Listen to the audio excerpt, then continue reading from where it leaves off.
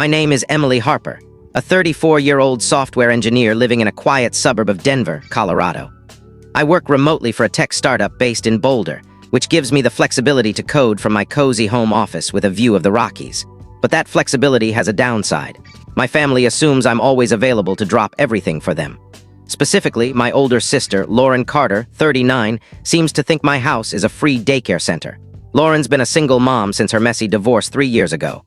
She has 3 kids, Noah, 10, Sophia, 8, and Liam, 6.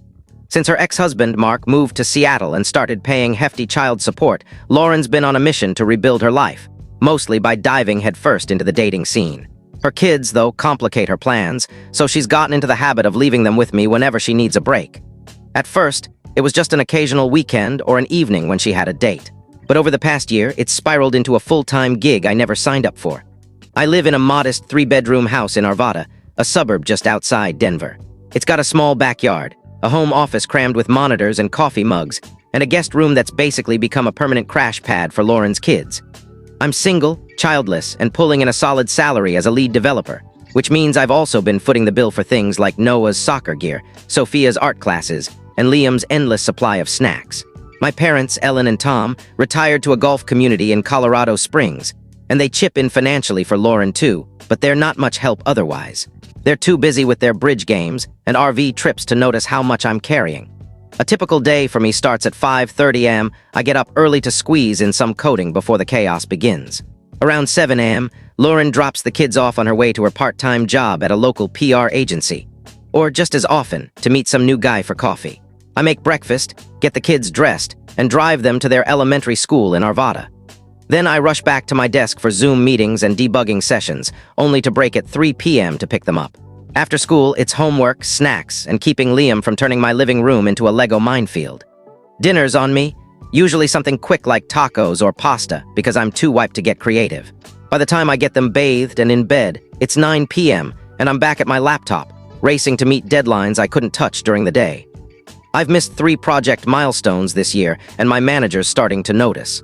Lauren acts like this setup is perfectly reasonable. She'll text me at 6 a.m. with, "Can you take the kids today? I've got a thing." No heads up, no discussion, just an assumption I'll say yes.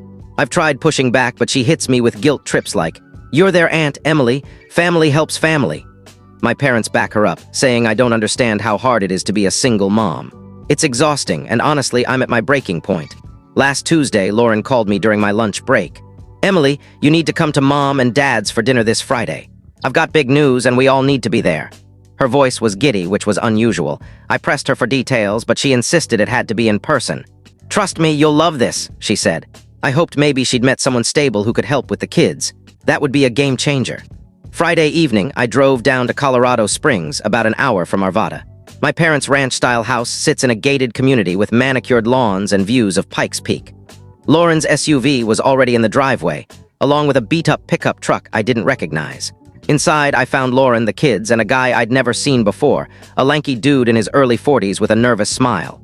"Emily, this is Jake," Lauren said, beaming. "Jake, this is my sister." Jake shook my hand. "Lauren's told me so much about you. Nice to finally meet." He seemed nice enough, but something about his fidgety demeanor made me uneasy. We sat down to Mom's pot roast, and the kids were oddly quiet, like they'd been coached to behave. Halfway through dinner, I couldn't take the suspense anymore. "Okay, Lauren, what's the big news?" She grabbed Jake's hand and grinned.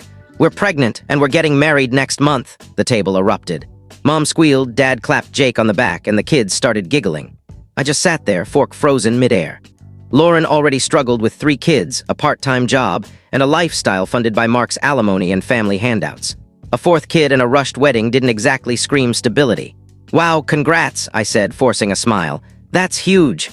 "There's more," Lauren said, turning to me with a look that made my stomach drop. "I'm going to need you to take the kids for a few months, through the pregnancy and a bit after the baby's born, just to keep things calm while I get settled with Jake." I nearly spat out my iced tea.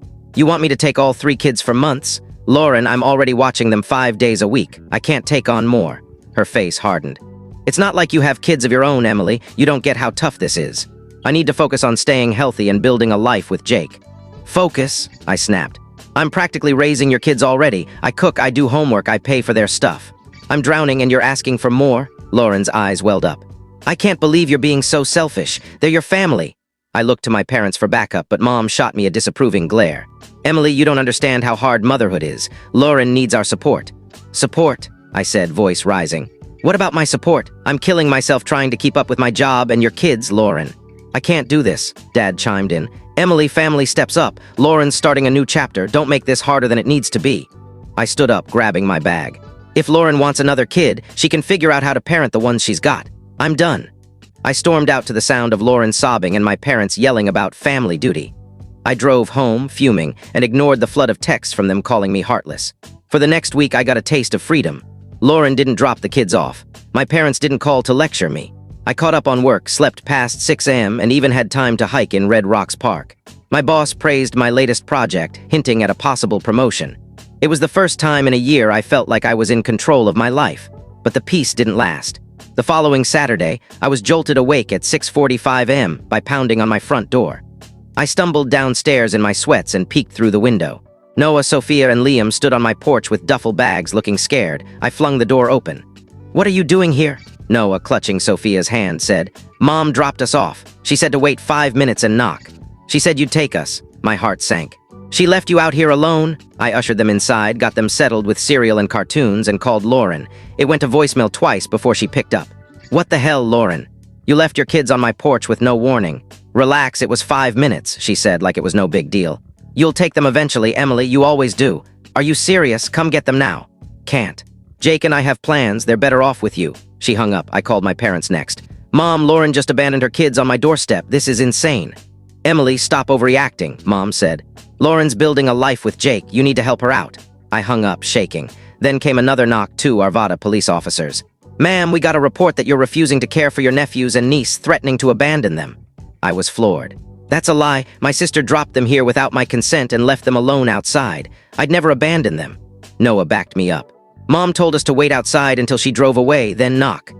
I remembered my security cameras, installed after some car break-ins in the neighborhood. "Officers, I have footage." I pulled it up on my phone. Lauren unloading bags, talking to the kids, then driving off in her SUV, leaving them alone on my porch. The officers watched, stone-faced. "This looks like child abandonment," one said. "We'll need to file a report and notify Child Protective Services." I nodded. "I want to file a complaint. This isn't okay." A CPS worker, Maria, visited the next day. She interviewed me and the kids separately. "It sounds like you've been their primary caregiver for a while," she said. "You're covering their expenses too?" "Clothes, activities, school supplies, yeah," I said. "Lauren drops them off constantly. I don't think she's parenting much at all." Maria took notes. "We'll open a case to evaluate Lauren's fitness as a parent." That evening, Lauren barged into my house, furious. "You called CPS on me. Are you trying to ruin my life? You left your kids on my porch, Lauren. That's abandonment. You can't just dump them on me." "They're fine with you. You're blowing this out of proportion," she screamed. "The police and CPS say they stay here until this is sorted out," I said. "You did this to yourself." She stormed out. My parents called an hour later, livid. "Emily, you've destroyed your sister's family," Mom shouted. "Her kids could end up in foster care." "Actually, Mark called me," I said. "CPS contacted him. He wants full custody and is done paying alimony while Lauren neglects the kids." They hung up without another word.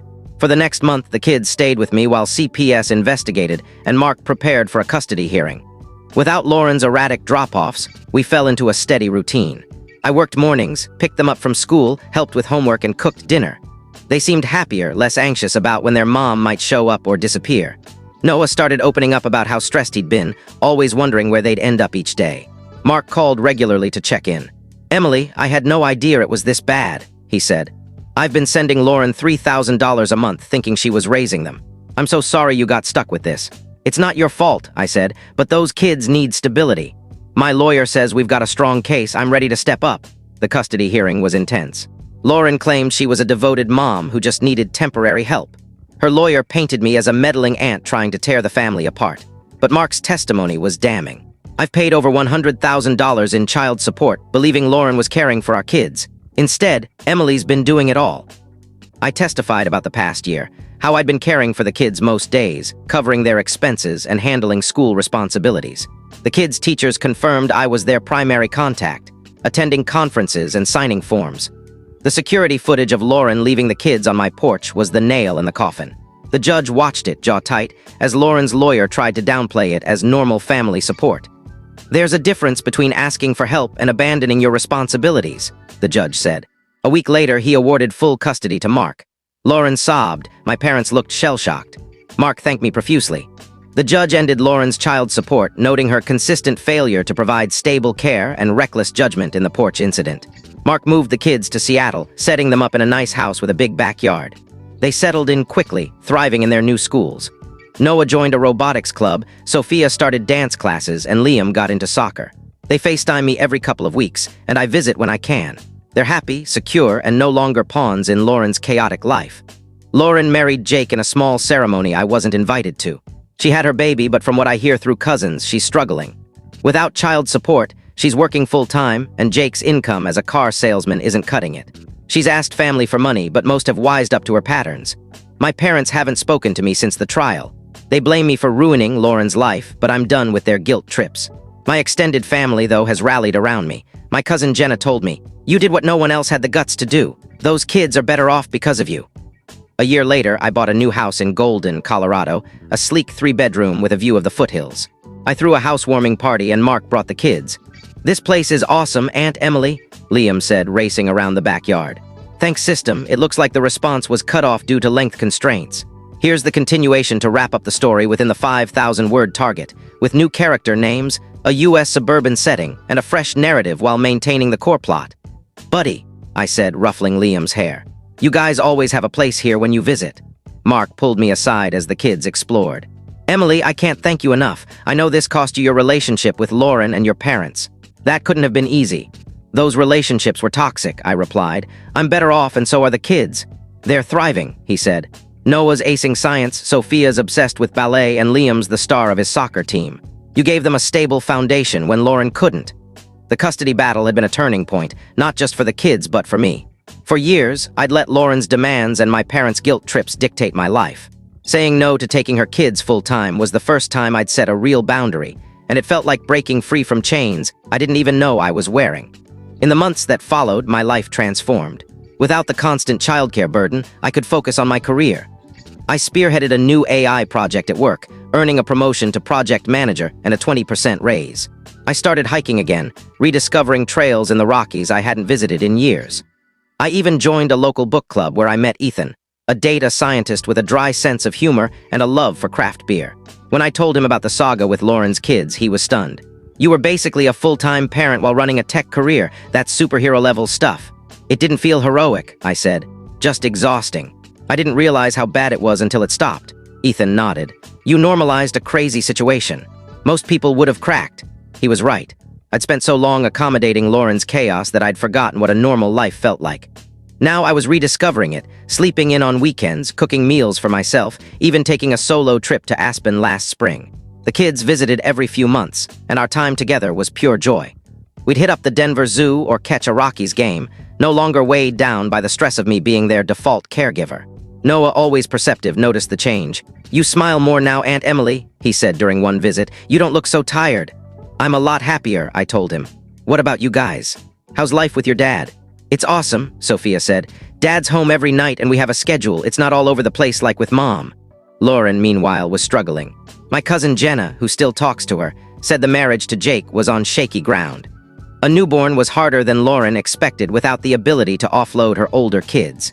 She'd taken a full-time job at a marketing firm, but money was tight without Mark's child support. She'd asked relatives for cash, citing diaper costs, but most of our family, aware of her history, kept their distance. My parents remained furious, cutting me off completely. I missed them at first, but the silence was a relief. Their constant pressure to help family had enabled Lauren's irresponsibility for too long. My extended family, though, saw things differently. Jenna called me a few months after the trial. "Emily, you did the right thing. We all saw Lauren taking advantage of you, but nobody wanted to stir the pot. You stood up for those kids." "Thanks," I said. "I just couldn't let them keep being treated like baggage." "Lauren needed a wake-up call," Jenna said. "Maybe this will force her to step up." I wasn't optimistic about Lauren changing, but that wasn't my problem anymore. My focus was on my own life and the kids' well-being. They were flourishing with Mark, who'd enrolled them in great schools and extracurriculars. Noah was building robots, Sophia was performing in recitals, and Liam was scoring goals left and right. Their visits to my new house were filled with laughter and stories, not the anxiety of their old life with Lauren. Looking back, refusing Lauren's demand to take her kids for months was the hardest but best decision I ever made. It wasn't just about protecting Noah, Sophia, and Liam. It was about reclaiming my own life. I'd spent years enabling Lauren because I felt guilty saying no, afraid of being the bad sister or selfish daughter.